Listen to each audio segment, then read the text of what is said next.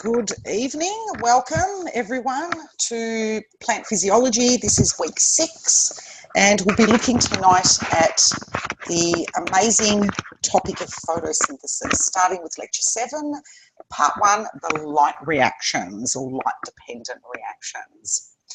So let's start with this slide here, slide 4. And let me see how well you understand this very important, balanced, general chemical reaction for photosynthesis.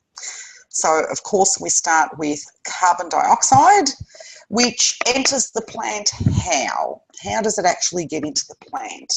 Via what structure? So I want you all, if you don't want to call out the answer, you can just put your answer into the chat box.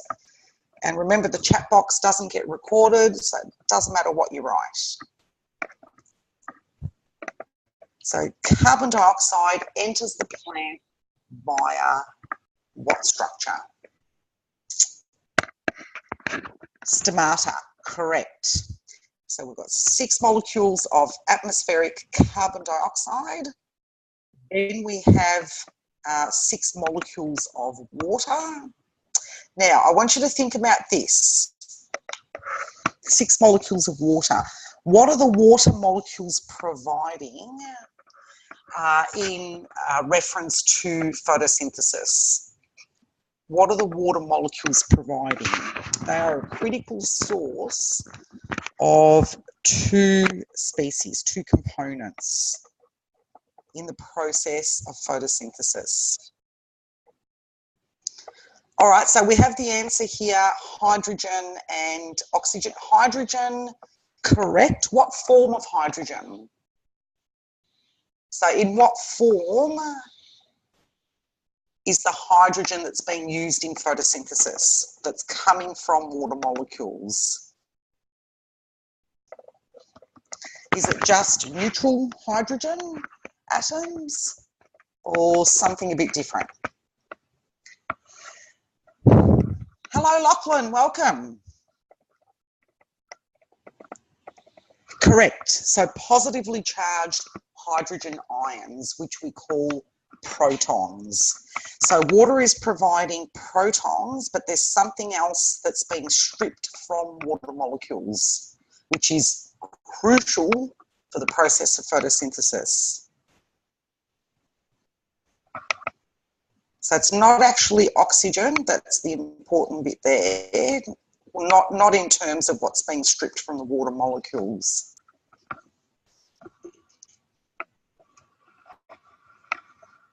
Yeah, yes, protons, and there's something else that is stripped from water molecules that's essential for the light reactions of photosynthesis.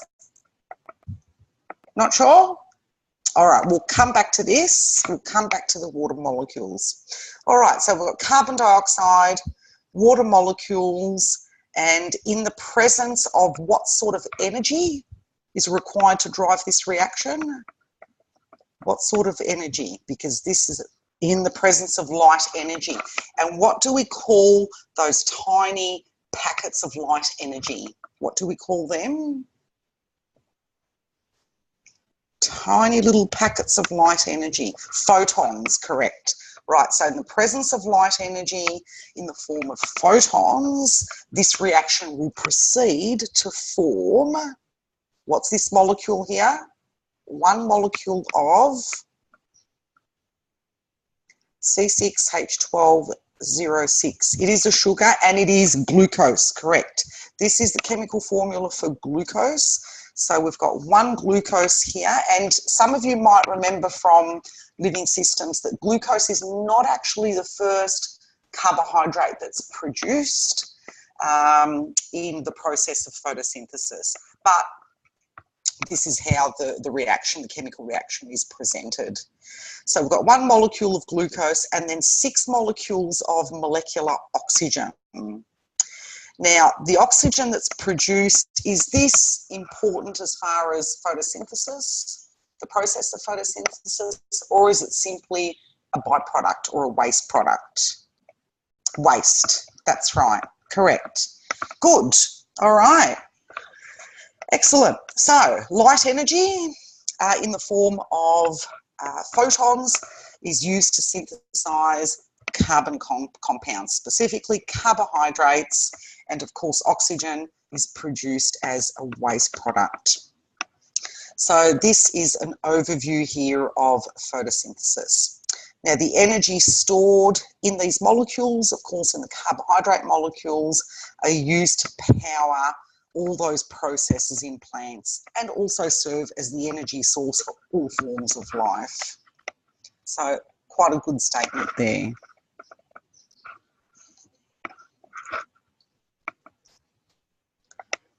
Now let's see how you are with this organelle, the chloroplast, so the site of photosynthesis. We've got a nice image here to the right. This is an actual transmission electron micrograph of a chloroplast, and of course you can't see a lot of detail, but you can clearly see those thylakoid membranes. And then of course the two outer membranes you can't distinguish at this magnification. It just looks like one outer membrane. But let's move on to this slide here because it has those nice labels that we need. All right, so make sure that you're familiar with the balanced chemical equation for photosynthesis, and also with the structure of the chloroplast, and make sure that you can label the chloroplast. So let's look at the major structures here. So of course we've got this outer membrane, the inner membrane, and then the third set of membranes to the inside. And what do we call these membranes on the inside? What are they referred to as? Thylakoid, correct. Good. All right, these are thylakoid membranes, this third set of internal membranes. Where the thylakoids are stacked or appear to be stacked on top of each other, this is called a granum, or plural grana. And then this looks like it's talking about the inside of the actual thylakoid membrane, but it's actually referring to the space in between these stacks of membranes, and that space is called the lumen. And what do we refer to, how do we refer to this fluid-filled interior of the chloroplast? Stroma, good, excellent. All right, what else do we need to know? Different sorts of lamellae, we'll come back to them a little bit later, the two types of lamellae. All right, so that's important to note. All right, photosynthesis by Mr. Anderson, very good video, as is Hank Green. Although I think he was a little bit overdone, his video. Normally they're fantastic. All right, let's go now to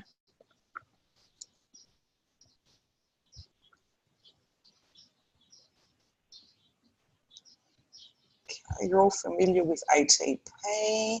All right, let's go now to this slide. All right, so before we actually look at the entire process of the light-dependent reactions of photosynthesis, let's consider what I consider to be like just a set of those reactions, just some components of the light reactions. And this subset of reactions is called cyclic photophosphorylation. So this is cycling or recycling of the electrons through just part of the process, just part of the process. And this is basically geared towards still producing ATP, but does not produce NADPH. So it's a way of sort of regulating or controlling the ratio of ATP to NADPH. This cyclic photophosphorylation does not involve photosystem 2. So it only involves photosystem 1. I'm not sure if you've seen an image of this. There doesn't seem to be a figure here in the notes, so I've just included this so you can have a look at it. So here's part of this one complex that's normally involved in the light reactions, this cytochrome BF complex, and here is the photosystem 1 complex, and of course the ATP synthase here. So you can see that the electrons cycle as they normally do, but then they actually return via ferredoxin, the ferredoxin molecule, and then just keep cycling around, and hence the term cyclic photophosphorylation. And of course this only involves one photosystem, not both. It does produce ATP, but you might remember that at this section here, this is where electrons and protons are used to generate NADPH, but that doesn't occur here. So that's all that's meant by cyclic photophosphorylation. So our regular light-dependent reactions of photosynthesis does not involve cyclic reactions. That's actually a linear pathway.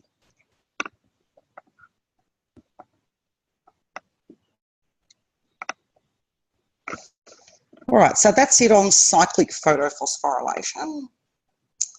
And now we turn our attention to non-cyclic photophosphorylation, or simply the light reactions of photosynthesis. So you're familiar with the two photosystem complexes, photosystem 2 and photosystem 1.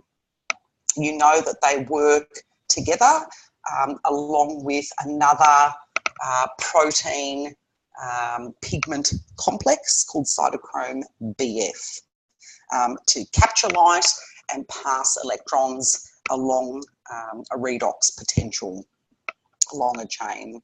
So that's what we'll be looking at.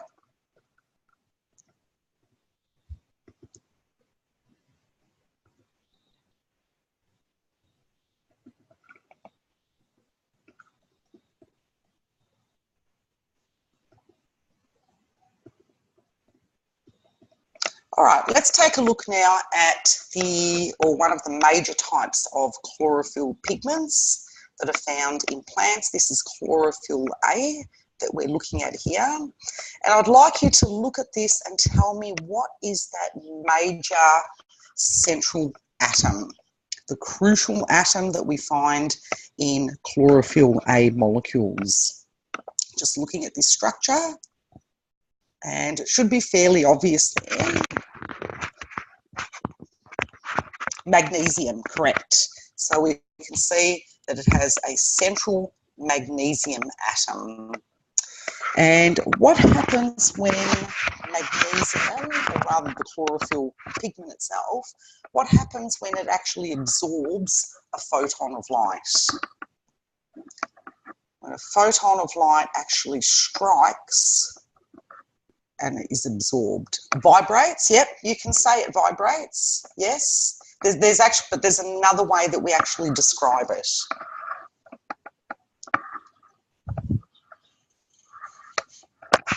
Another way of describing it.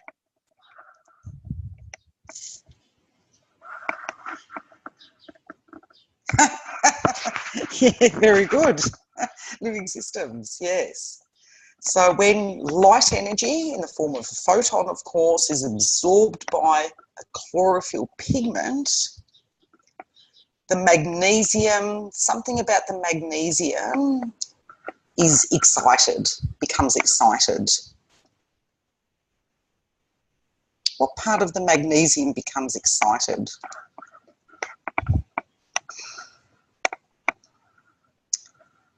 Electrons, correct. The magnesium electrons become excited. They become excited to a higher energy level. I'll talk about that in a minute. And that energy is funneled off through these bonds. Through all these bonds, they're funneled out and they're funneled to neighbouring chlorophyll molecules. So this structure here, these alternating single and double bonds that you can see around that central magnesium, this forms what's called a porphyrin ring. a really important structure in terms of energy transfer processes. So that's chlorophyll A. Chlorophyll B is very similar.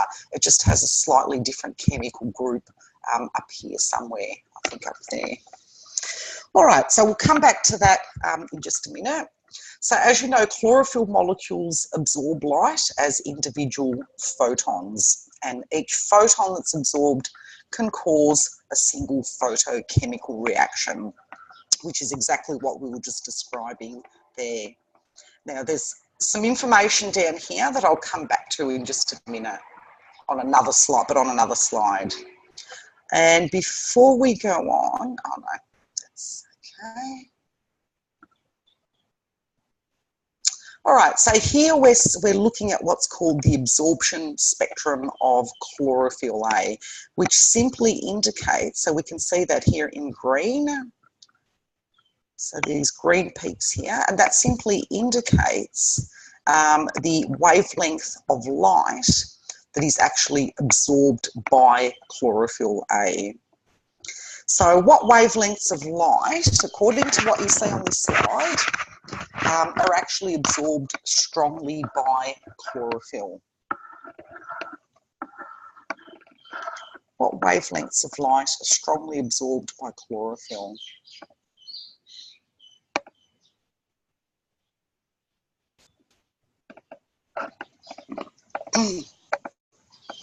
About the 500s. You're close. Let's say you're close. The answers are actually on the slide.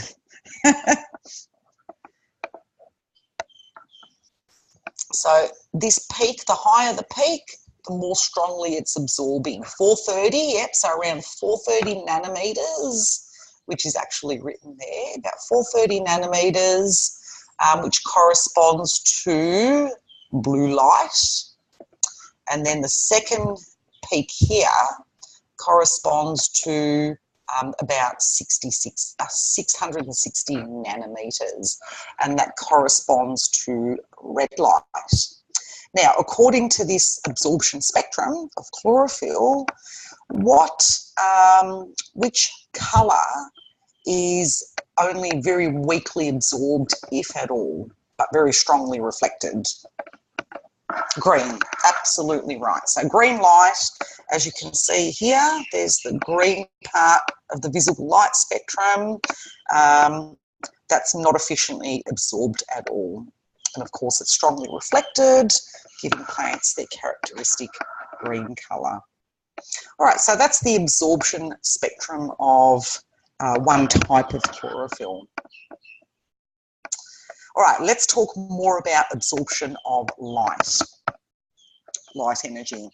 Absorption of light is represented by this equation. So this is chlorophyll in its lowest energy state, that is in its ground state. When the chlorophyll pigment absorbs a photon represented by HV, it makes a transition from that low energy state to a higher energy or excited state. And here it is here. And the excited state or high energy state is indicated by that asterisk there. So what does this mean? When we say the chlorophyll is excited, we're talking specifically about the magnesium, or in this case, the magnesium atom, and excitation of the electrons. So we can think about, as someone said earlier, those electrons are moving faster, they're vibrating faster, but high energy or that high excitation state is even more than that. And I've got an image here that will illustrate what's meant by this highly excited state. So here we've got the structure of an atom, which you're familiar with, nucleus in the centre, which houses protons and neutrons, and then we've got these energy levels, which you might remember are represented by shells and subshells and orbitals. So just think of them as shells for the purpose of this illustration here. Now, let's say in its normal ground state, that is in its normal lowest energy level, the electron is found here. And of course, it's in a low energy state because it's close to the nucleus. So the negative electron, of course, is strongly attracted to that positive proton there. When an incoming photon, which is coming in here, is absorbed by the atom, this provides the energy to push that electron out to a higher energy level, which means it's moving out to another shell or even moving out 2 or more shells. Now, this only occurs for less than a split second. It's a really fast, very fast occurrence. This is called absorption because of the absorption of the photon, absorption of the energy. But then what happens almost instantly is that that electron, and now we look over this side, that electron will drop back down to a lower excited state or drop right back to its ground state once again.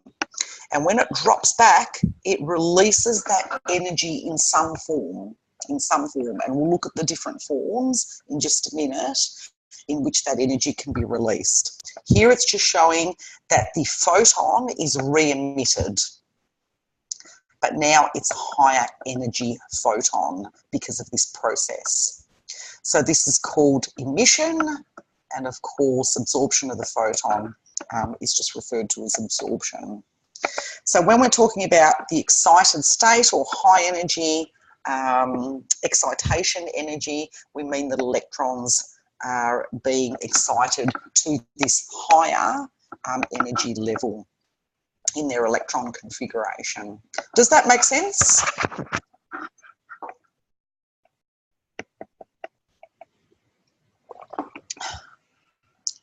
The extra, we've got a question here. Where does the extra energy come from? That's a good question. So you're saying when that photon is re-emitted, how is it re-emitted with higher energy level? Is that what you're asking? That's a very good question. And I don't think I can actually answer that at this point in time.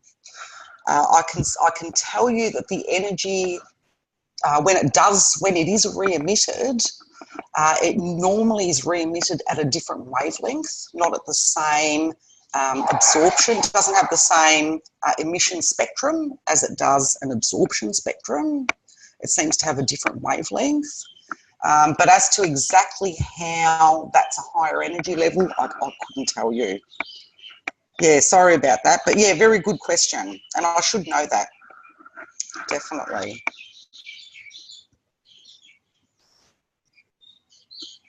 All right, so let's go back to the excited chlorophyll. So chlorophyll is very unstable and it can give up some energy to its surroundings as heat. But these are the 4 alternative pathways for disposing of that energy. All right, so the first thing that it can do is that it can re-emit a photon, which we just looked at there. And that re-emission of a photon of light is called fluorescence. And I would have to say that that's probably occurring all the time, because if you look at plant cells under a fluorescence microscope, depending on what wavelength you use, then you'll always see fluorescence being emitted from the chloroplasts. So it must be something that's happening all the time. Right, so that's the first pathway. The second pathway for disposing of that energy is simply to convert that energy into heat. So there's no emission of that, re-emission of that photon. It's just converted to heat energy. Okay, pathway number 3. It may participate in energy transfer, simple energy transfer to another molecule. And number 4, the energy actually causes chemical reactions to occur, and these are the reactions of photosynthesis, which are referred to as photochemistry. And these are among the fastest reactions known on Earth.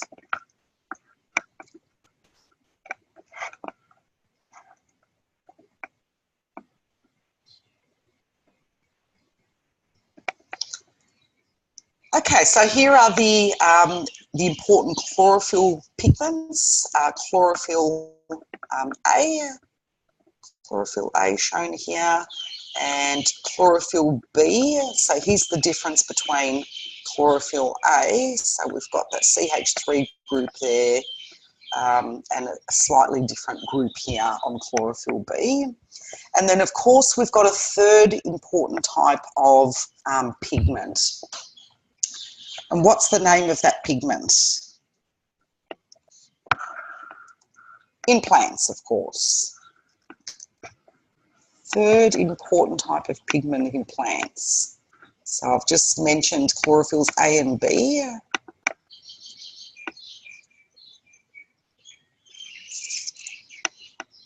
Carotene.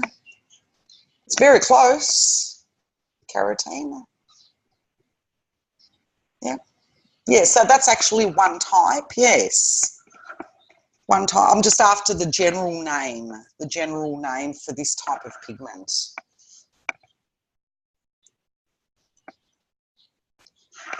Can anyone see it here? So I think you were talking about this one here, the beta carotene. Yeah, which is right. I was actually after, yes, that's the accessory pigment, correct? Yep. But that's what I was after. I was just after this term here, this one here, carotenoid, correct. Carotenoid, and it's so called because it was actually first discovered or characterised in carrots, from carrots, hence the name carotenoid. All right, so the carotenoids, for example, beta-carotene, which someone mentioned, these are the pigments that transfer their light energy to chlorophyll, and therefore they're known as accessory pigments.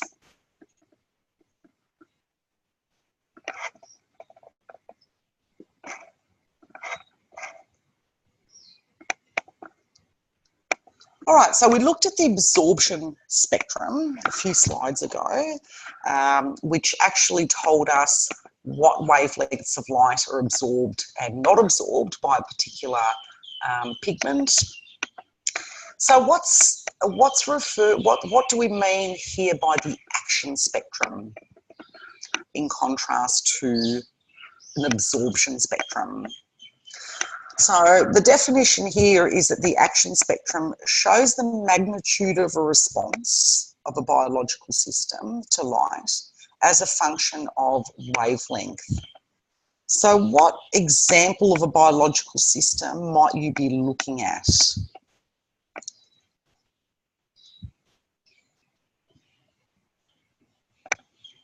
The leaf, yeah, what about the leaf? Bacteria. Okay, there is a clue here on this graph. So the absorption spectrum of, say, a chlorophyll pigment is in red. And then they're measuring something else in blue, which is the action spectrum. Can you see what they're actually measuring in blue? And of course, it corresponds very, very closely to the absorption spectrum. What are they actually measuring here?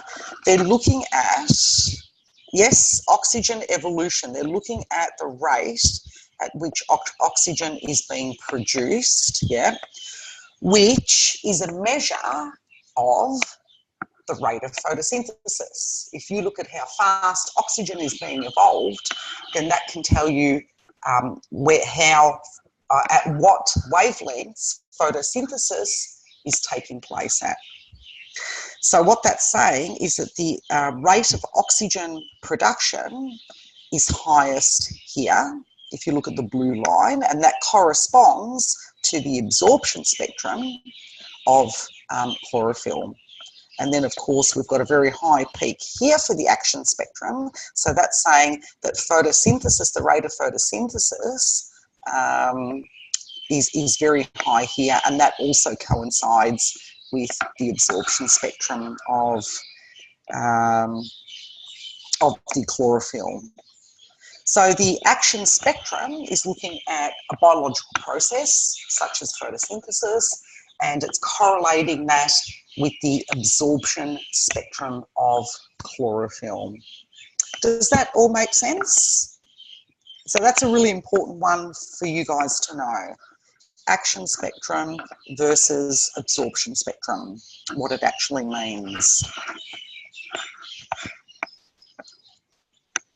Is that all clear, everyone? Yes?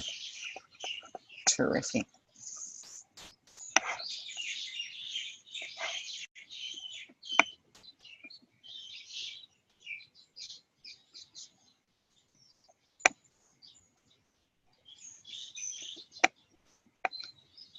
All right, organisation of photosystems 1 and photosystems 2. So before we look at these photosystems on the thylakoid membranes, how would you just briefly describe a photosystem in terms of what is it made of? What is a photosystem made of? How would you describe it just in a couple of words? So you know it's a complex of something. It's not just one molecule. But what would you say it's a complex of? And we can see lots of these complexes here, scattered along or embedded in, I should say embedded in those thylakoid membranes. But what is each one of these photosystems just very basically composed of?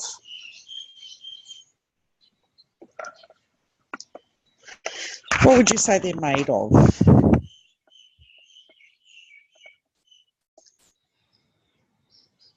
And complex is a good term for them because they are incredibly complex. Okay, membranes, not quite, no, they're embedded in the membrane, they're embedded in the thylakoid membrane, but they're not actually made of membranes. They're made of something else.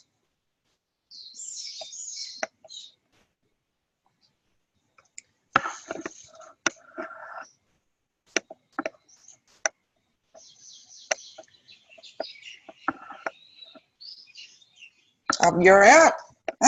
Anyone else? No? All right, so I'll start you off. So each of the photosystems obviously contains lots of chlorophyll molecules. Yeah, and the chlorophyll molecules are complexed with several different proteins. So we've got this very complicated mix of proteins, at least one type of enzyme. One of those proteins is an enzyme, usually more than one type of enzyme. And then, as I said, you've got all these other molecules, the chlorophyll pigments, the carotenoids, and so on, and then these accessory molecules as well. So they're all clustered together to form these complexes, the PS1 complex, the PS2 complex, the cytochrome BF complex, and so on. All right, so let's look at the membrane and the thylakoid membrane in the chloroplast, and we can see here how they're stacked, how the granum actually forms. So we can see the thylakoid membrane, it's coiling around here, and it's also coiling around in this region here. So where the thylakoids are stacked like that, they're referred to as grana or granule lamellae. Where they're unstacked, what do we call them when they're unstacked? They're just exposed on both sides, essentially, to the stromal fluid. What are they called? So we've got grana lamellae and stroma lamellae. Good. Okay, excellent. Now, you'll see that there's a separation of the photosystems 1 complex and the photosystems 2 complex. Which one can you see predominantly towards the inside here? 2, correct, photosystem 2. So if you look at these little green complexes here, they correspond to photosystem 2. So they seem to be mostly here in the granule lamellae. And what do we call this fluid here, this fluid region here, in between those granule lamellae? What's this called?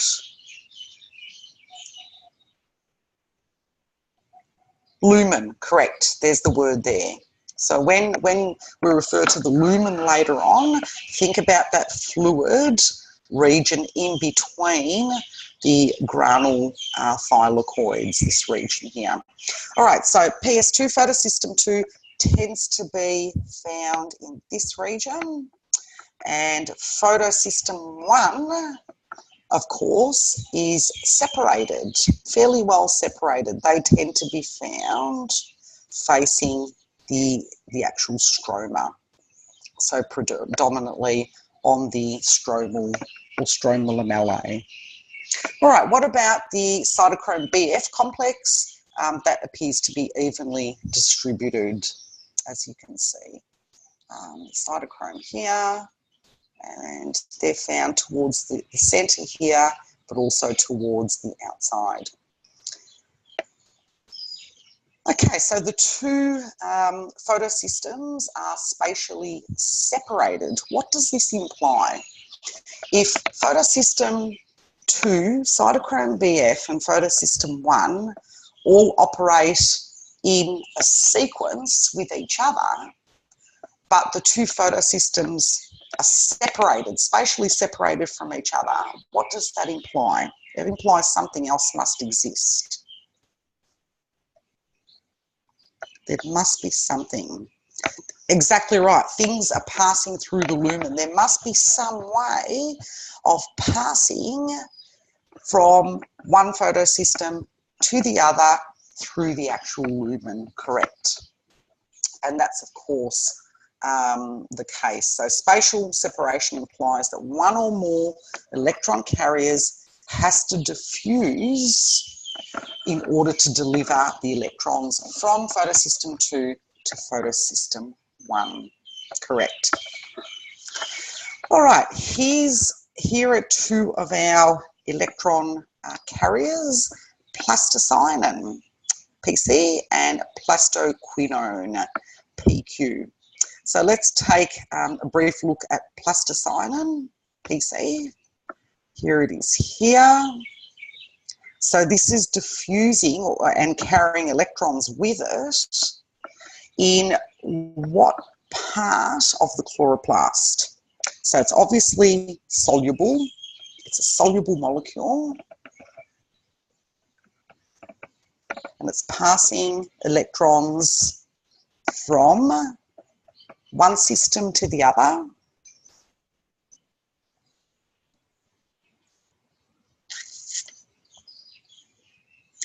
That's right. There must be transporters present. Yep. From 1 to 2 through the lumen.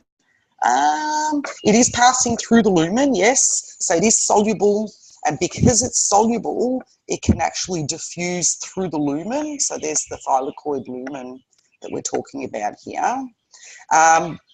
But not from 1 to 2, from something else. It's actually transporting electrons from another complex.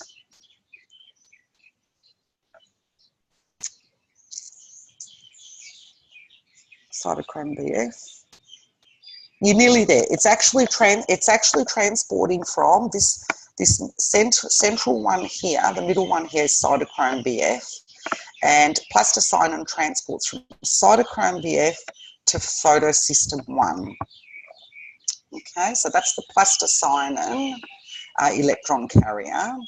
Then we've got another electron carrier. Oh, here it is, plastoquinone, or plastohydroquinone, and that one is down here. So I think this is the one that you were thinking about, because this will transport electrons from photosystem 2 to the cytochrome BF complex. But this is not soluble. This is not moving in the aqueous solution of the lumen or in the aqueous medium of the stroma. This actually moves laterally through the actual hydrophobic interior of the thylakoid membrane. So a little bit different to that plasticinin that we were looking at down there.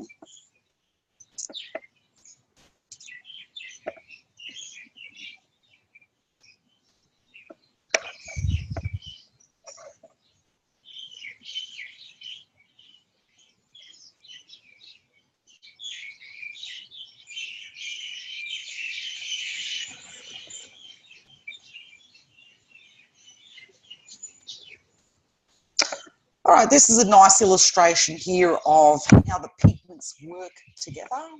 So as we said earlier, we have chlorophyll A pigments in the photosystems, chlorophyll B, and not just in the photosystems, also in the cytochrome BF complex as well. And then we've got the carotenoids here.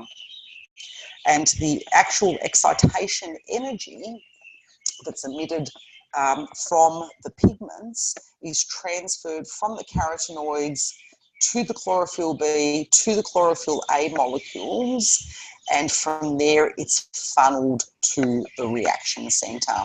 So of course this occurs in one of the photosystems.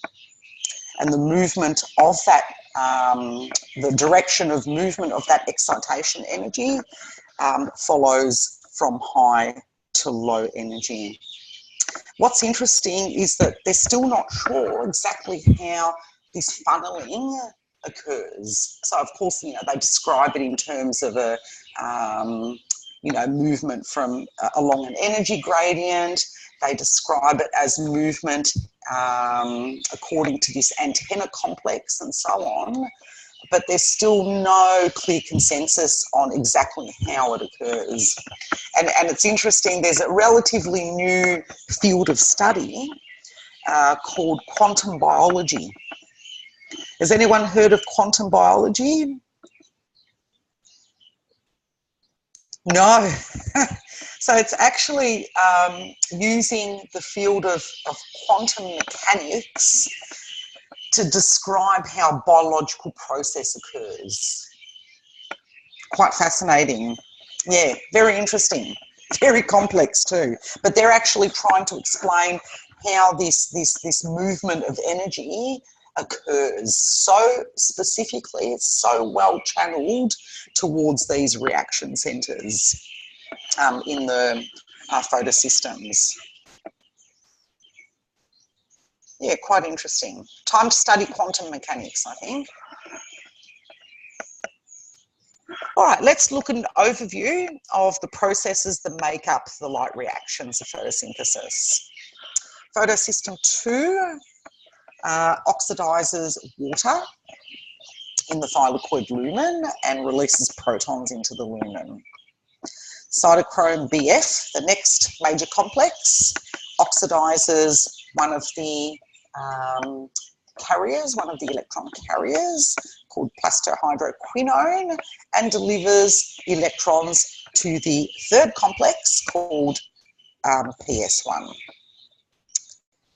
Then PS1, photosystem 1, will reduce NADP plus to NADPH in the stroma, and this occurs through an additional 2 molecules called ferredoxin and FNR.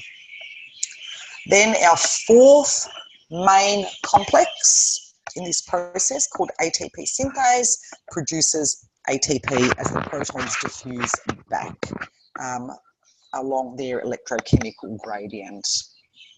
So that's an overview. Let's now look at the entire process that we can see here. All right, let's see how we go.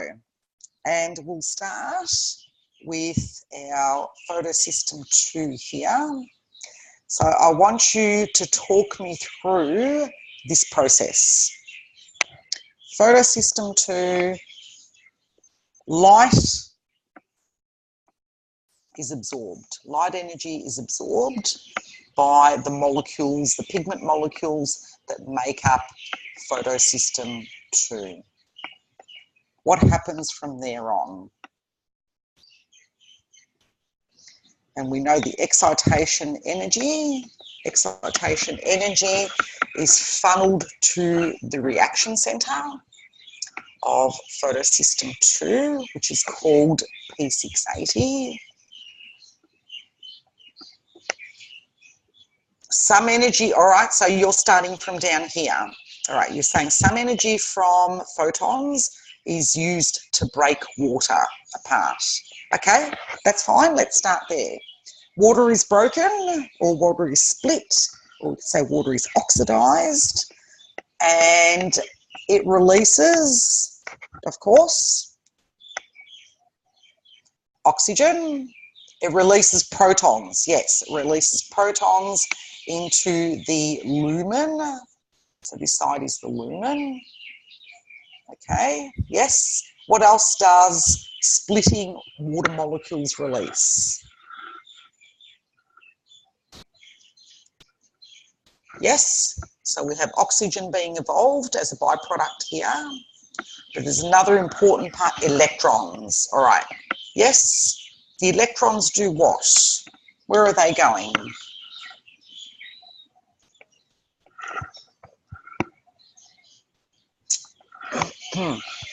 Go to cytochrome BF. Okay, all right, via plastoquinone, all right. So we can say that the reaction centre, the electrons from the reaction centre are actually expelled as a result of all that excitation energy transferred to the reaction centre. Remember, all that energy's been transferred to the reaction centre. The electrons are expelled from there, and then the electrons that result from the oxidation of water actually replenish the P680 reaction centre. But that's okay, you're just saying that the electrons from water are passed immediately via this plastoquinone, or two little plastoquinone molecules, to the cytochrome BF complex. All right, that will do, that's fine. What happens next once the electrons hit the cytochrome BF complex?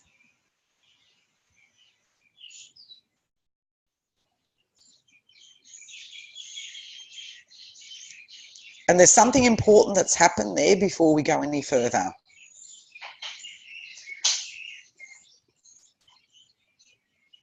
Because the plastoquinone, yes, that's right. The plastoquinone not only transfers electrons to cytochrome BF, it also transfers protons. So here's an additional source of protons coming into the lumen. Correct, good. All right, then from the electrons from cytochrome BF go where? They're actually transported via this electron carrier, plastocyanin, which moves actually through the lumen to where? Where are they going? And of course, this is all happening along this redox potential, these reduction oxidation reactions to PS1. Yes, correct. So electrons are being passed via plastocyanin, via this carrier, to the PS1, photosystem 1 complex. And what's the reaction centre of photosystem 1 called? P700, good. There it is there, P700. And then from there they move to ferredoxin, FNR, and from there,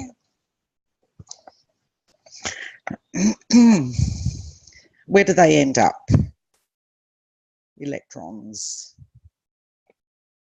So of course this is an electron transport chain, just like we learned about in cell respiration, except that it's sort of back to front.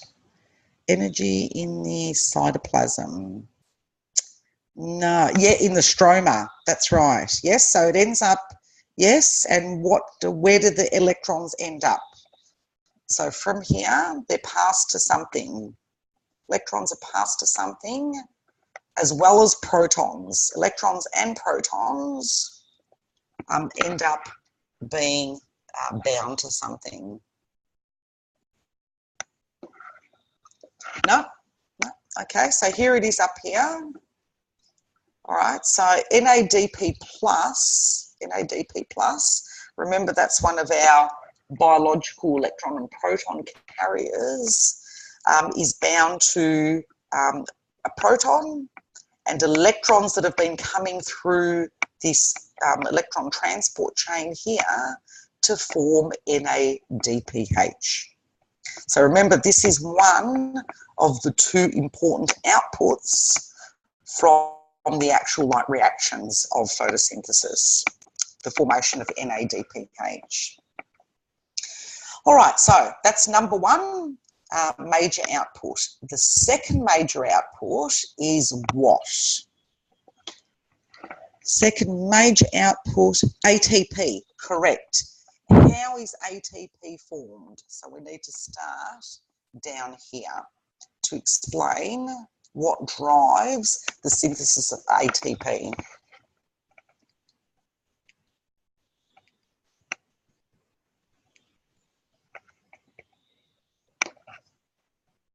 Okay, so something's building up in the actual lumen. Heaps of protons in the lumen. Yes, correct. So we've got protons that are building up as a result of the oxidation of water. We've got protons here that are being provided by the plastoquinone, and these protons are coming from the other side of the membrane. Yeah. So in this cycle here, or rather, sorry, in that cycle there of reduction in oxidation, protons are transported. They say they're transported across the membrane, but in reality, this is happening via those plastoquinone molecules. All right, so the protons are building up in the actual lumen. We can see that it's resulting in acidification of the lumen. High proton concentration here, low proton concentration on the outside.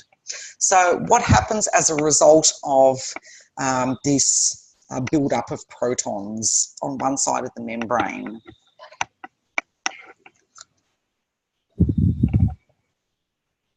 What's the result of that? Gradient, correct. What sort of gradient is established across the membrane? Electrochemical, correct. Excellent.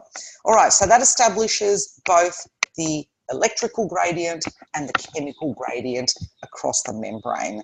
So, of course, the protons will move spontaneously. They will actually flow down that gradient from high to low, but they can't just move through the actual thylakoid membrane itself. They can only do so through which complex? Which complex specifically allows protons to diffuse back down their electrochemical gradient? What's the name of the complex?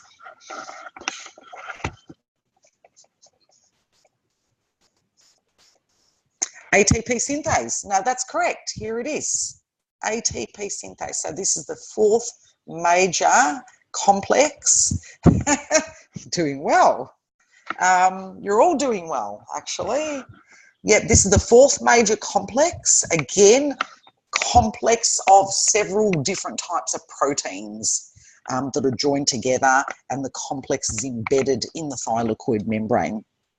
ATP synthase enables protons to just move back down their electrochemical gradient from one side of the membrane to the other, and the movement of those protons does what? The movement of the protons provides the force for something.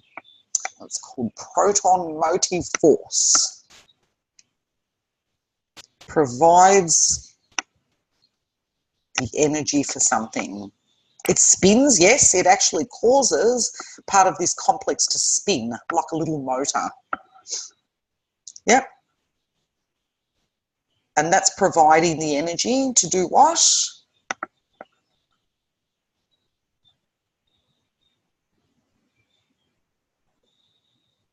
As it moves through, stick a proton to S.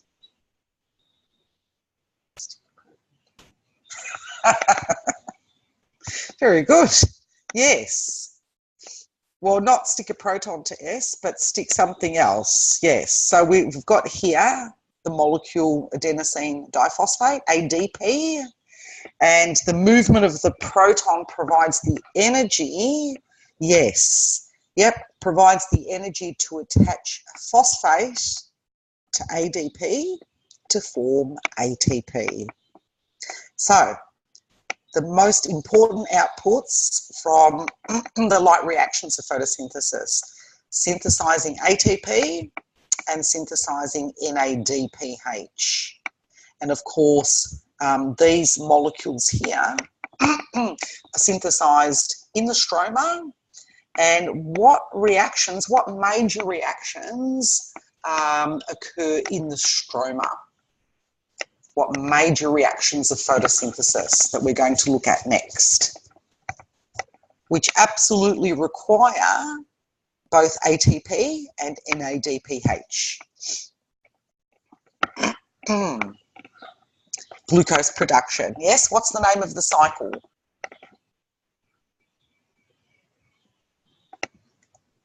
The name of the cycle. So it's the next part of photosynthesis, which of course doesn't occur on the membranes, it just occurs in the actual stroma of the chloroplast. Anyone remember the name of the cycle?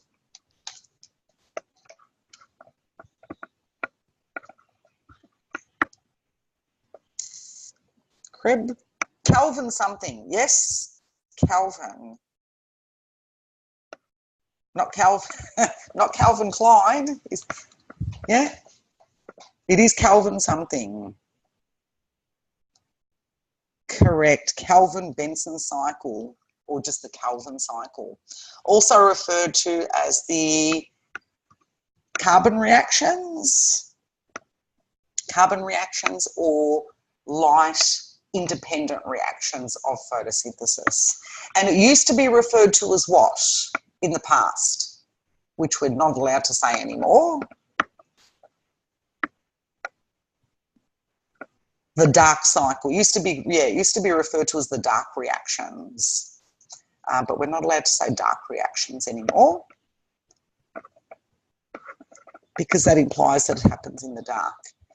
All right, so now let's take another brief look at this splitting of the water molecule. Now, as someone said before, some of the energy from photons is used to split water. But there's more to it. There is more to it. There's actually within photosystem 2, there is one of the proteins works as an enzyme, which also enables that oxidation of water to occur. But there's also an essential cofactor in the process. And you might remember what cofactors are. Cofactor is just an additional component which is essential for an enzyme to carry out its catalytic role. And you've worked with cofactors in the past. This is the cofactor that's critical for water oxidation, manganese. They still don't understand exactly how it works, except that the manganese ion tends to go through several different oxidation states in this water splitting reaction. So quite an amazing reaction. And also, it's also known now through other experiments that chlorine and calcium ions are also participating somehow in this splitting of our water molecules. Quite an amazing process that's evolved.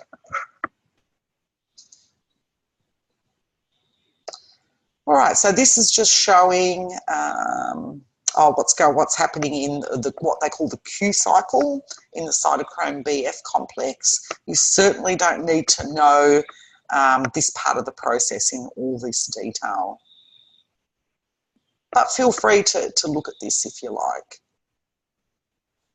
This is the second plastohydroquinone.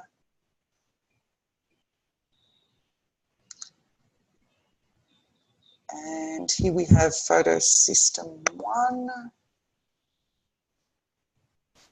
So again, just showing the movement of electrons that are coming in via the plastocyanin carrier, delivering electrons to the P700 reaction centre of photosystem 1, and then moving through several different molecules which are labelled here, iron sulfur proteins, and you can see these major proteins here all labelled. So I think this is nice, it illustrates how many proteins, and I'm sure these are only some of them too that are shown here, are found within the photosystem complex. And then finally here to ferredoxin.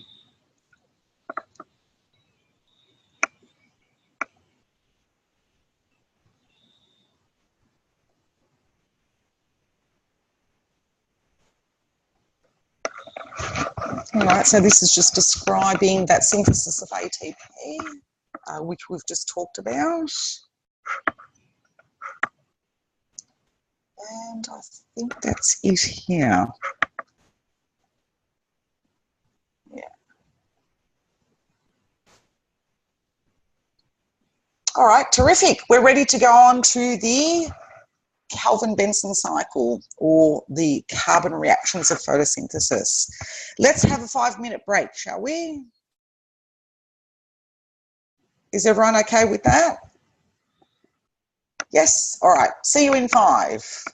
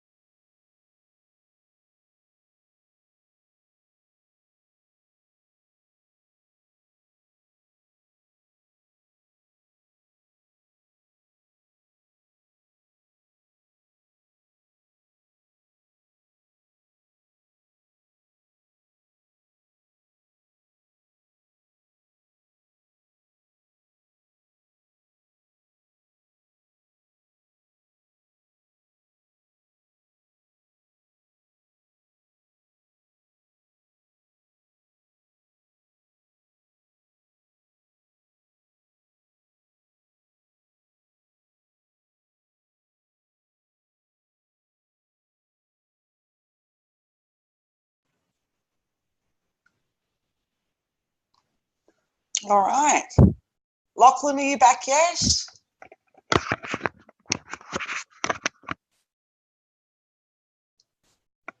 Excellent. All right, let's look at the carbon reactions. So we've just looked at this part of photosynthesis, and as we said, the major outputs from the light reactions are shown here, NADPH and ATP, which of course are essential for the Calvin-Benson cycle.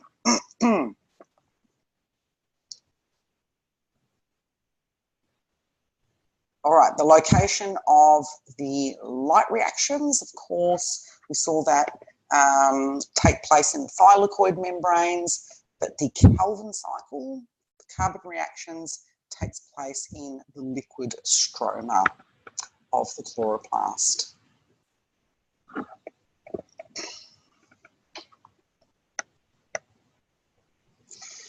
So the carbon reactions, of course, this is where carbon fixation occurs, and the cycle will use the products ATP and NADPH, which was synthesised in the light reactions. Three important components to the Calvin-Benson cycle. Of course, as it's a cycle, it can regenerate the starting substrate of the cycle. Three main phases, which you should be familiar with. Phase 1, carbon fixation, phase 2, reduction, and phase 3, regeneration. So make sure that you're familiar with these three phases. Let's run through the carbon reactions. I think these are much easier than the actual light reactions of photosynthesis. So we have carbon dioxide from the atmosphere. Diffuses into a leaf, and from there it diffuses into the cells within the leaf and into the organelles called chloroplasts.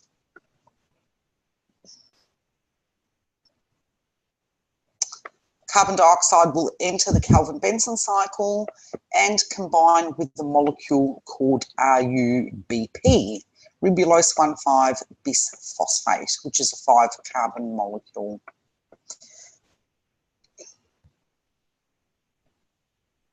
The process of binding of the carbon dioxide to RUBP is called carboxylation, and this is also known as carbon fixation. All right, what is the name of the enzyme that catalyses carboxylation of RUBP?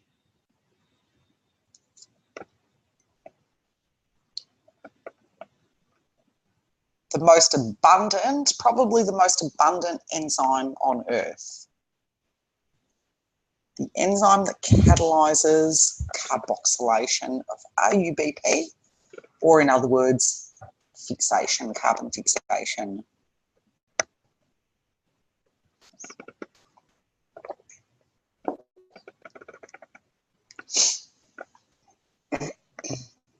RUBPAs.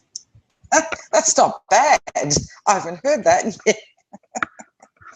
I like that. RUBPAs. It sounds like you're asking someone a question there. RUBPAs. Rubisco, yeah, very good. Good way of remembering it. RUBP carboxylase oxygenase. Or, of course, a very nice way of saying it, Rubisco. But now I'm going to remember RUBPAs. You'll be in trouble if I start teaching the first years that it's called RUBPAs. All right, so here it is, Rubisco.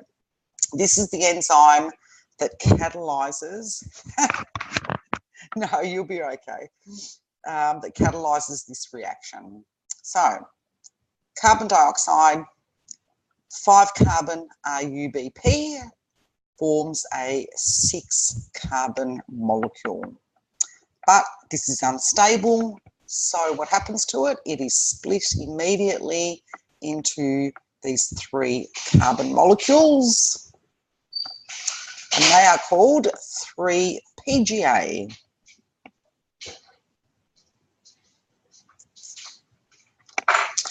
Three-PGA, here it is here, is phosphorylated by ATP. So this is where we require that ATP that was synthesized in the light reactions. And as a result of that phosphorylation, we now have the 3-carbon BPGA, bisphosphoglycerate.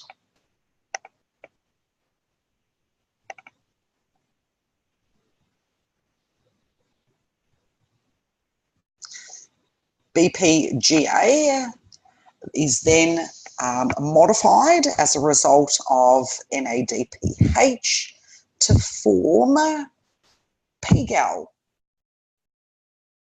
glyceraldehyde 3-phosphate. What can you tell me about glyceraldehyde 3-phosphate? What type of molecule is this?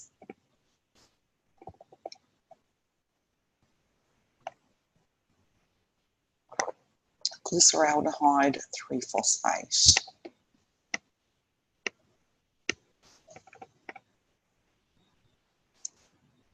I know it's not glucose.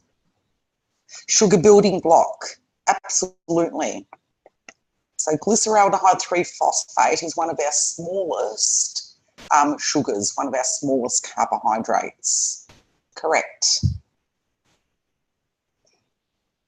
And here we have 2 PGALs, it's one there, and they can be combined to produce a monosaccharide such as glucose. So of course PGAL is the first carbohydrate product of photosynthesis.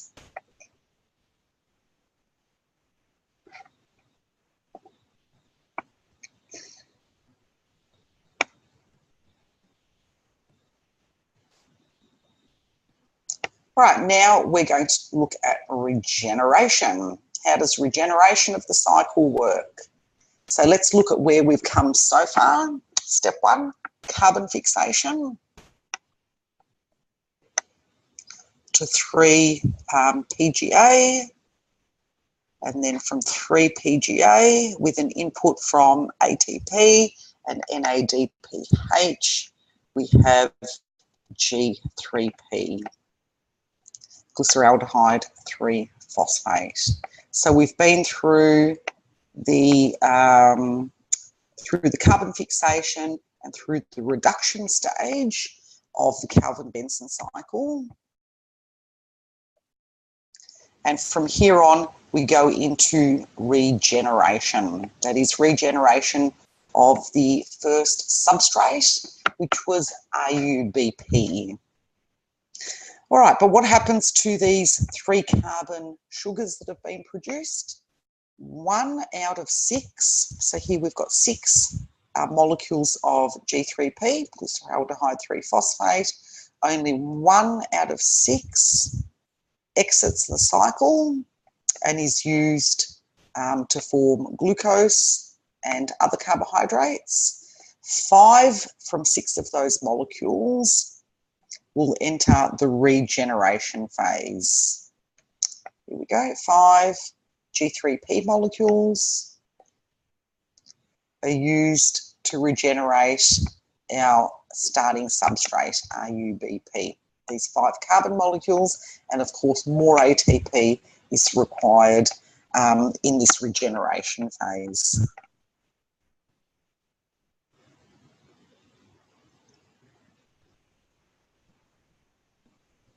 That's illustrated here once again.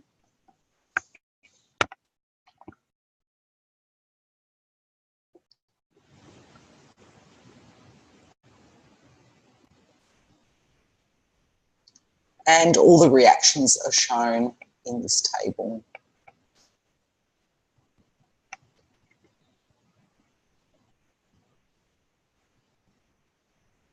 All right, Rubisco. What is the problem with Rubisco? Very odd enzyme. in terms of how, well, inefficient it's perceived to be. Problem with the enzyme Rubisco, which catalyses that first step of the carbon reactions, the first step of the Calvin-Benson cycle. Good to know the reaction. Good to know the reaction tables. All right, let me go back. Tell me which slide that you're talking about. Oh, these ones here? No, you don't have to know all these steps. Definitely not. Yeah, no. You don't. You can if you want to. You don't need to know all these reactions. No, even if you were majoring in biochemistry, you would not need to know all these reactions. You would have to know every step of glycolysis and all the enzymes, but no, not these. All right, let's go back to Rubisco. What is the problem with Rubisco? Who remembers this problem that Rubisco seems to have? Even though really when you think about it, it must do an amazing job.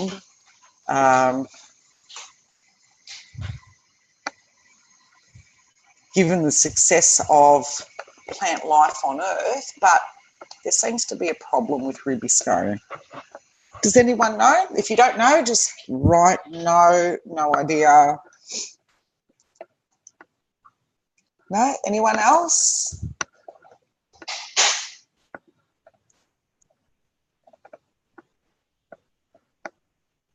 No? All right. Let's take a look at Rubisco.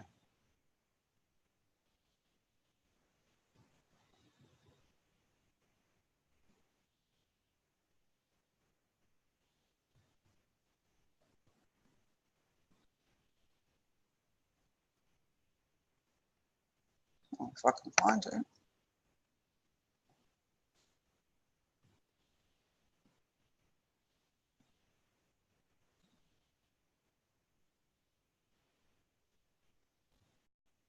Oh, here we have it. All right, Rubisco.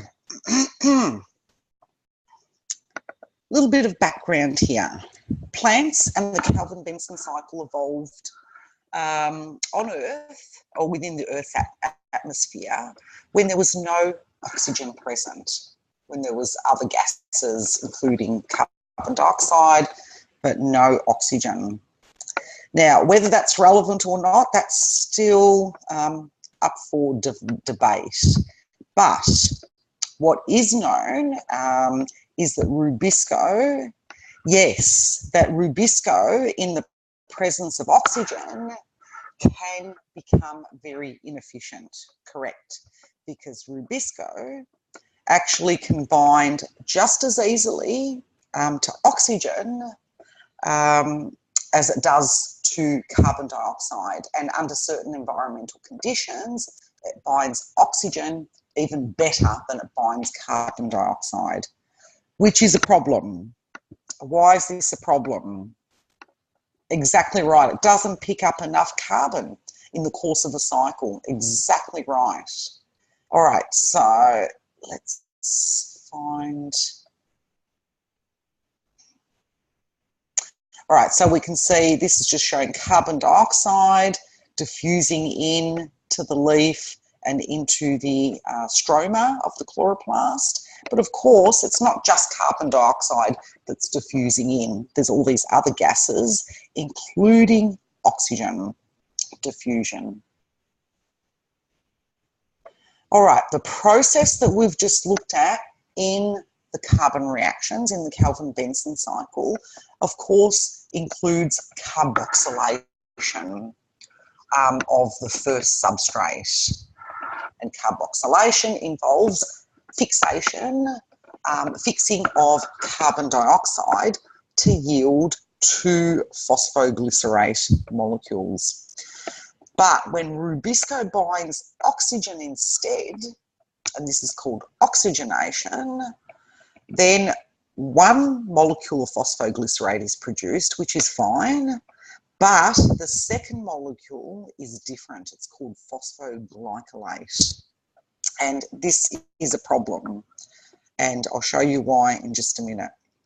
Oxygenation involves a series of reactions. That is, this phosphoglycolate, which is quite useless to the plant in that state, has to be processed through several reactions that take place in chloroplasts, in other organelles called peroxisomes, and in the organelles called mitochondria. And this series of reactions that has to process phosphoglycolate is called photorespiration. And as someone just mentioned, this causes a partial loss of carbon and it causes uptake of oxygen. And these competing reactions have negative impacts on plant growth. So as we just said, that competition between carbon dioxide and oxygen means that they're competing competing with each other for that active site on the Rubisco enzyme. They're competing with RUBP. Oxygenation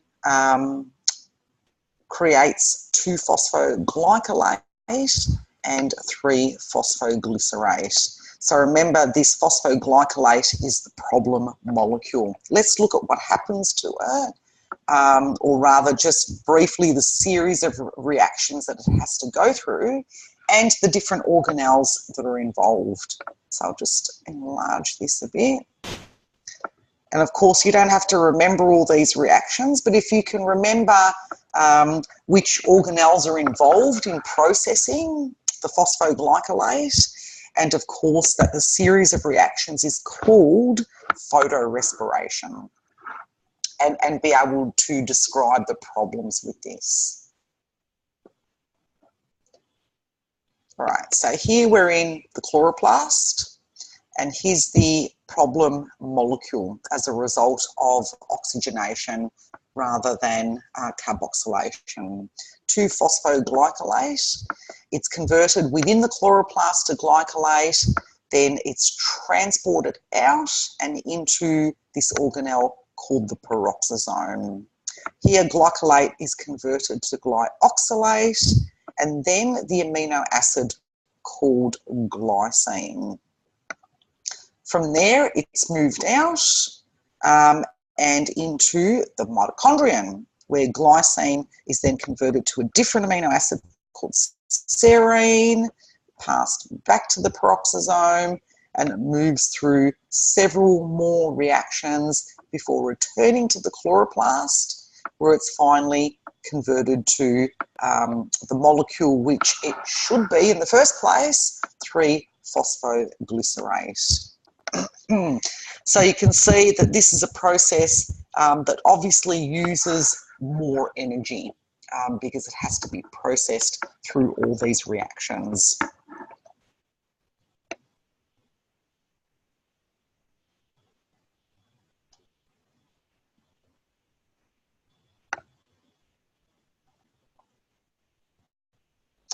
Right, this process called photorespiration is also referred to as C2 photosynthesis or C2 oxidative photosynthesis. The balance between the regular Kelvin-Benson cycle and this C2 photosynthesis or photorespiration is determined by 3 factors. One, inherent to the plant. So obviously plants all differ from each other in terms of their genetic background. 2, temperature, which is a very important factor. 3, concentration of the substrates, carbon dioxide and oxygen. So when there's an increase in temperature, and unfortunately I was going to get some stats on this, but I couldn't find anything suitable. When there's an increase in temperature, this actually modifies Rubisco in such a way that it binds even better to oxygen than it does to carbon dioxide. Increases in temperature also cause another problem in that it lowers the concentration of carbon dioxide, actually reduces the solubility of carbon dioxide more than that of oxygen in a solution. So that's also a problem there in terms of temperature. So increase in temperature will tilt the balance away from that Kelvin-Benson cycle towards that C2 photosynthesis or photorespiration, as we just said.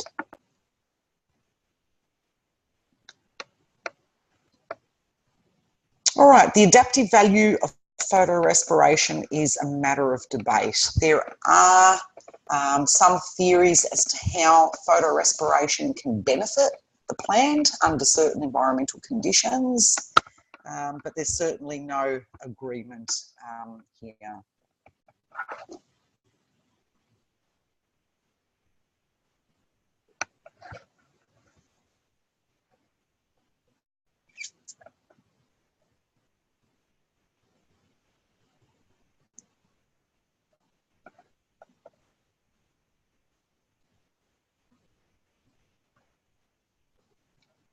And it's certainly interesting too. They've actually studied mutants in the plant Arabidopsis, the model plant Arabidopsis, and these mutants can't actually carry out photorespiration. They obviously have mutations in genes that are critical for photorespiration. And these mutant plants show really severe growth defects at normal carbon dioxide concentrations, but they're actually normal. They grow normally in the lab anyway when they apply higher carbon dioxide concentrations. So quite interesting there.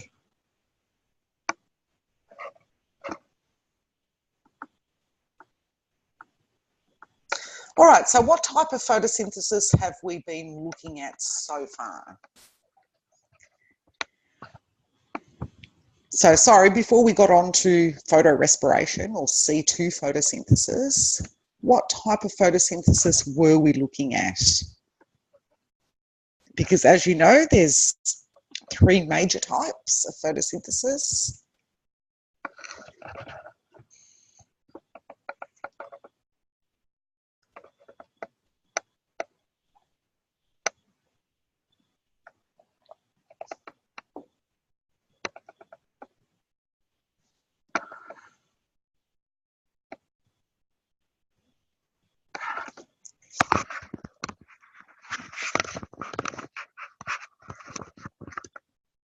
Okay, not sure. All right, we've just looked at what's called C3 photosynthesis. And most plants, this is the type of photosynthesis that they carry out. Now we're going to look briefly at C4 photosynthesis. C4 photosynthesis, of course, involves anatomically different types of cells, different types of enzymes, and they enable plants that have C4 photosynthesis, and they enable these plants to actually be more efficient at this process under certain conditions. C4 plants can actually minimise that oxygenase activity of rubisco, so it minimises photorespiration, loss of carbon through photorespiration.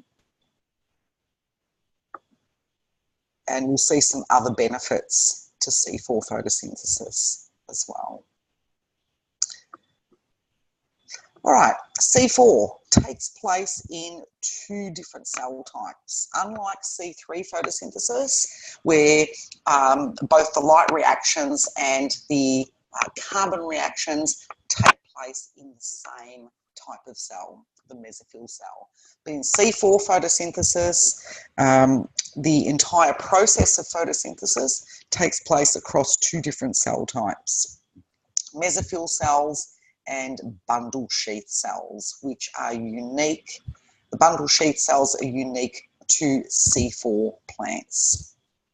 Another major difference, in C4 plants, there is a different enzyme present. The enzyme phosphoenol pyruvate carboxylase. And of course, we prefer just to say pepcase. So pepcase catalyzes the carboxylation reaction, the carbon fixation reaction, instead of the enzyme Rubisco. And of course, C4 photosynthesis is so named because the first stable products are 4 carbon products. Unlike C3 photosynthesis, where the first stable products are 3 carbon molecules. Okay, anatomical differences between C3 and C4. The C4 cycle is associated with a particular leaf anatomy called Cran's anatomy. This refers to that inner ring of specialised bundle sheath cells which are found surrounding the vascular tissues. And then, of course, these bundle sheath cells are surrounded by the regular mesophyll cells. This ensures compartmentalisation of different enzymes that are required for C4 photosynthesis into 2 different cell types. That's illustrated here. So again, C4, the unique anatomy of C4 plants. The presence of these bundle sheath cells which form a ring surrounding the vascular tissue. And then of course, you've got your regular mesophyll cells out here. Although they are different in terms of enzyme composition compared to mesophyll cells in C3 plants.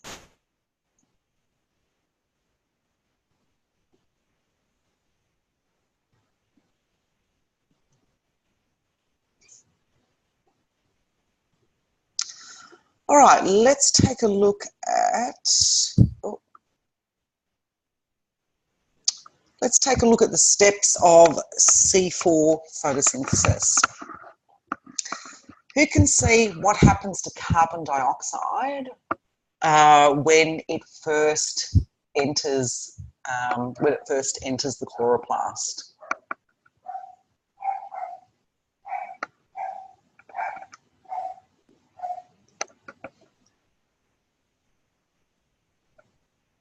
Sorry, I should say when it first enters the cell, not when it first enters the chloroplast. Has a C and an O bound to it. Yes, yes. So here's the carbon dioxide. Yep. And what is it transformed into? So when it first enters the cell,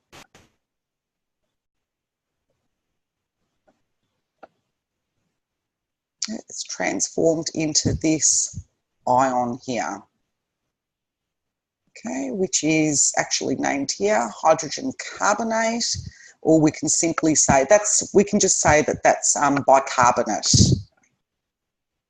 So carbon dioxide is transformed into bicarbonate.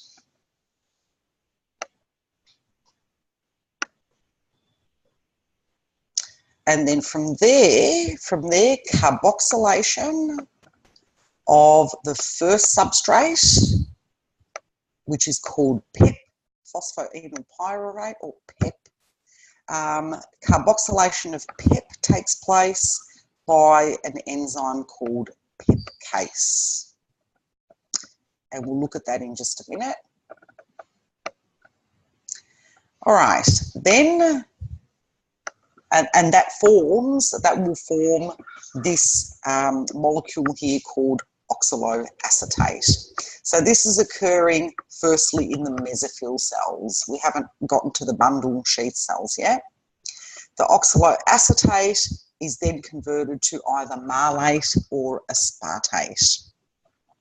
We'll just concentrate on malate. Next, the malate is transported out of the mesophyll cells into the bundle sheath cells. There, the malate is split. It's split into carbon dioxide and a 3-carbon pyruvate. So that splitting of malate is called decarboxylation because it's once again releasing the carbon dioxide that's been fixed, and this is happening in the bundle sheath cells. Here, the carbon dioxide enters the chloroplast and the Calvin-Benson cycle. The 3-carbon pyruvate is transported back to the mesophyll cell, where it's used to regenerate that first substrate of the cycle. So that's a nice overview of C4.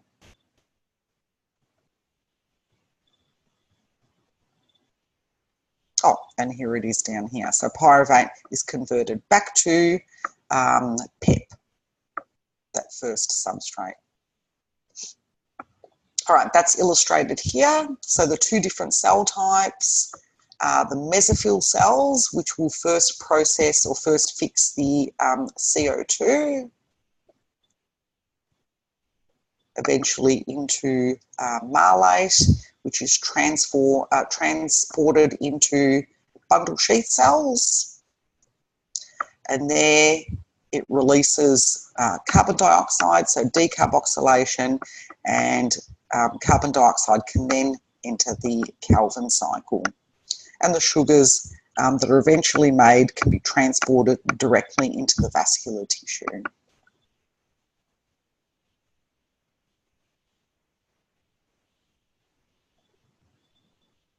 All right, so what's the benefit of the C4 cycle? Firstly, it generates a much higher concentration of carbon dioxide in the bundle sheath cells. So those bundle sheath cells tend not to be very permeable to carbon dioxide. So once the carbon dioxide is in there, it doesn't diffuse out very readily. So this higher concentration of CO2 suppresses the oxygenation of rubisco, and therefore that problem of photorespiration or C2 photosynthesis. Bundle sheath cells and mesophyll cells show large differences in their enzyme composition. So the enzyme pepcase tends to be found in the mesophyll cells, whereas rubisco enzyme is found in the bundle sheath cells. Also, they can observe very easily that starch accumulates mainly in the chloroplasts of the bundle sheath cells, but very little starch accumulation occurs in the mesophyll cells.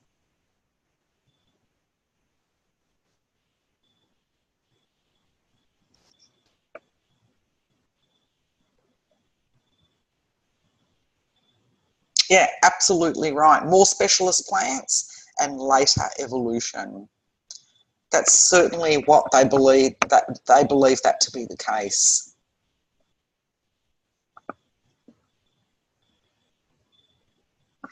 All right, problem with elevated temperatures. High temperatures decrease both capacity of rubisco and the solubility of carbon dioxide. So we know that already. In C4 plants, there are 2 features that reduce these effects. Firstly, unlike rubisco, pepcase has a very, very high affinity for its substrates. So that means the enzyme becomes saturated at lower levels of carbon dioxide. Becomes saturated, doesn't have that competition effect.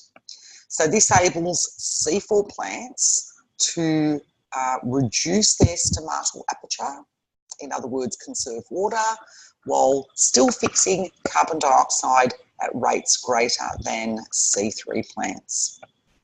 And as we said earlier, the high concentrations of CO2 in those bundle sheath cells also minimises the problems with photorespiration. Oh, double slide there. Triple slide. All right, and finally, crassulacean acid metabolism, or CAM. So our last major type of photosynthesis. So CAM plants are also highly specialised, and they have found quite a unique way of fixing carbon while conserving water loss. These plants involve pineapple, cacti, orchids, and so on. And these are very similar to C4 plants rather, except that it involves only one cell type rather than two different cell types. Okay, anatomical features of CAM plants, that's quite straightforward. And you can see here the stats that CAM plants lose far less water for every gram of CO2 gained. Right, major difference in CAM plants. They keep their stomata closed during the day, and this is one of the main differences between CAM and the C4 and C3 photosynthesis plants. Of course, this reduces water loss, but limits how much carbon dioxide can be obtained. During the night, CAM plants open their stomata and collect CO2. Carbon fixation takes place by PEP, just like C4 plants, and the fixed carbon dioxide is stored as malic acid. All right, let's have a look at CAM photosynthesis. This is a very nice figure here. All right, so let's have a look at the figure to the left here. So during the night, tell me what happens. I'm doing too much talking tonight. All right, tell me what happens during the night. Are the stomata open or closed? Open, correct. So stomata's open, so that means atmospheric CO2 can diffuse in, correct? Yes. And why would they be open at night?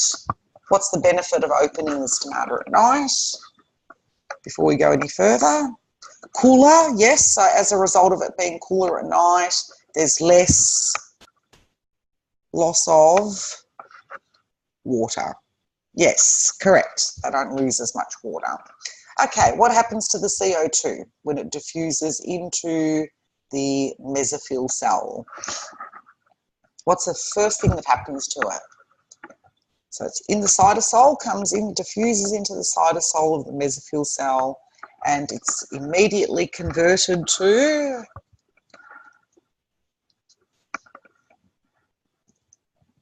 made into bicarbonate, correct. So there it is, made into bicarbonate, HCO3 minus, and you can see already, as well as the atmospheric CO2, we also have carbon dioxide, which originates from cell respiration in the mitochondria. So sometimes people forget that plants also use cell respiration. That's standard process for both plant and animal cells. All right, so CO2 is made as a result of cellular respiration. That's also converted to bicarbonate. What happens then? What's the next step?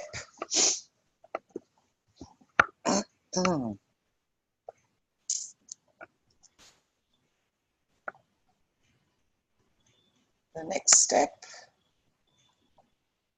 now it's fixed.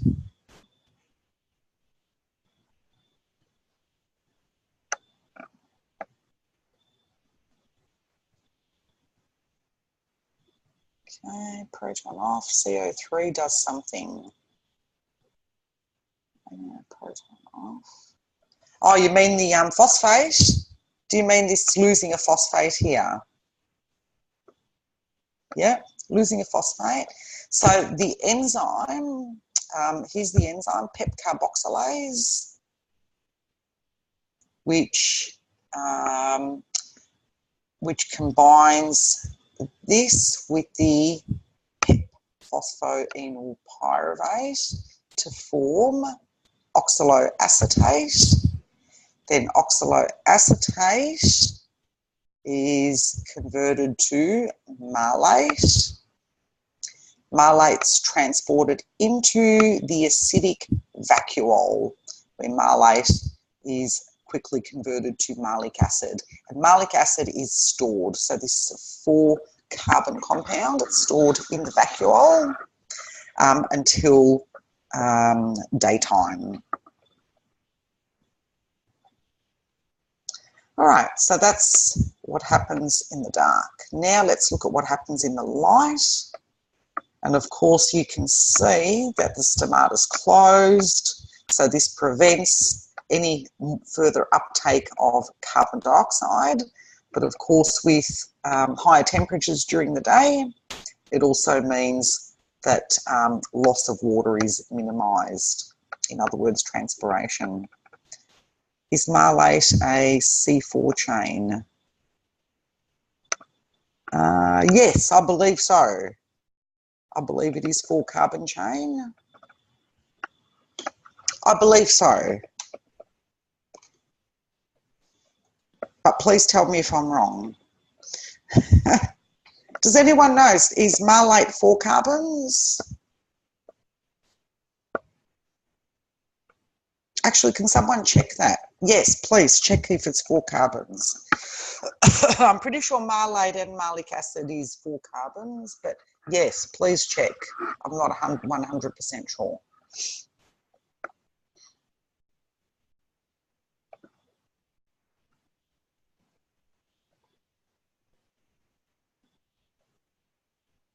Google says yes. If Google says yes, I'm happy with that. Thank you very much. All right, so during the day, what happens? Malic acid is transported out of the vacuole where it now becomes malate. And in this state, it's transported into the chloroplast. So remember, we're still in the same cell here. And then an enzyme causes decarboxylation of malate. In other words, carbon dioxide is released and the other 3 carbons become eventually pyruvate, which can be used to eventually synthesize starch. And the carbon dioxide can enter the Calvin-Benson cycle as normal. And that is CAN photosynthesis. And the end of tonight's lectures. Well done. I'm very happy with what everyone has picked up about photosynthesis. It is really heavy stuff, and I think they're the heaviest lectures in the whole subject. Photosynthesis always is. And when you think about it, and you probably know this from some of the slides, we didn't even go into all of the detail. There's just so much more to photosynthesis that we didn't even touch on. But yeah, very heavy stuff. Thank you, everyone. Have a lovely Easter. Have a lovely break next week. And I will see you in 2 weeks' time. Yes, thank you very much. Good night, everyone.